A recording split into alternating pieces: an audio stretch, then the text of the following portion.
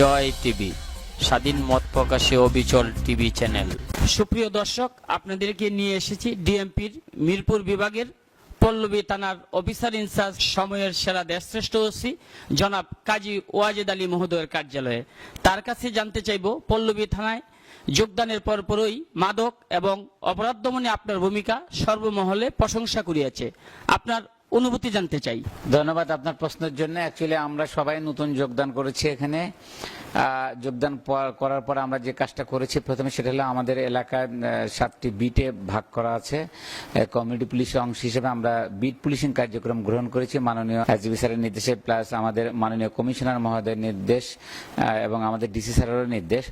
আমরা community bit পুলিশিংটা করেছি। Bit policing এর আওতায় আমরা এই থানাকে 7টা বিটে 7 জন অফিসার নিয়োগ করেছি এবং আমরা প্রত্যেকটা বিট ইনচার্জ আমরা এলাকার জনগণের সাথে আমরা উঠান বৈঠক করি, এলাকার লোকজনের কথা শুনি, মাদক কোথায় বিক্রি হয়, কোথায় ইফটিজিং হয়, কোথায় সমাজে অরাজকতা, সেগুলো শুনে তাৎক্ষণিকভাবে ব্যবস্থা গ্রহণ করি, যার কারণে আমরা মাদক নিয়ন্ত্রণে অনেক সুফল পেয়েছি।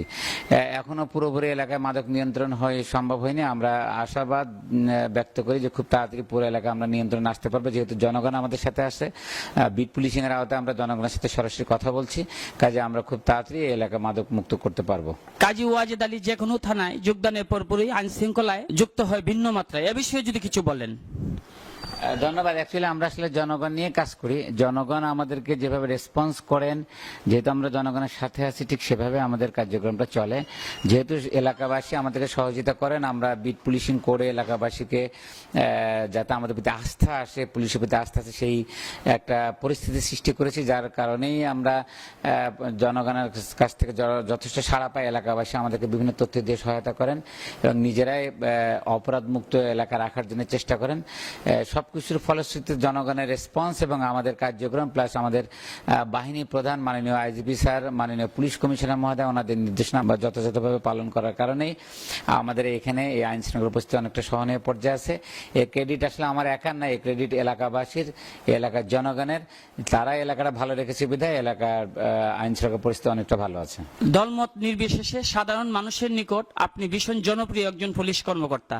এই জনপ্রিয়তার মূল কারণ কি? এটা আসলে নির্ভর করে আপনাদের উপরে।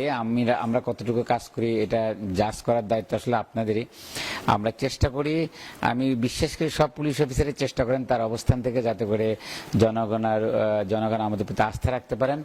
আমাদের যেহেতু চলমান যে পুলিশি কার্যক্রম, আমরা প্রোঅ্যাক্টিভ পুলিশিং করছি, প্রো পিপল পুলিশিং করছি, তারই অংশ হিসেবে যদি জনগণের আস্থা অর্জন করতে পারি সেটা অনেক ভালো। নিঃসন্দেহে আমি কতটুকু আস্থা অর্জন করতে পারি সেটা আসলে আপনারাই ভালো জানেন।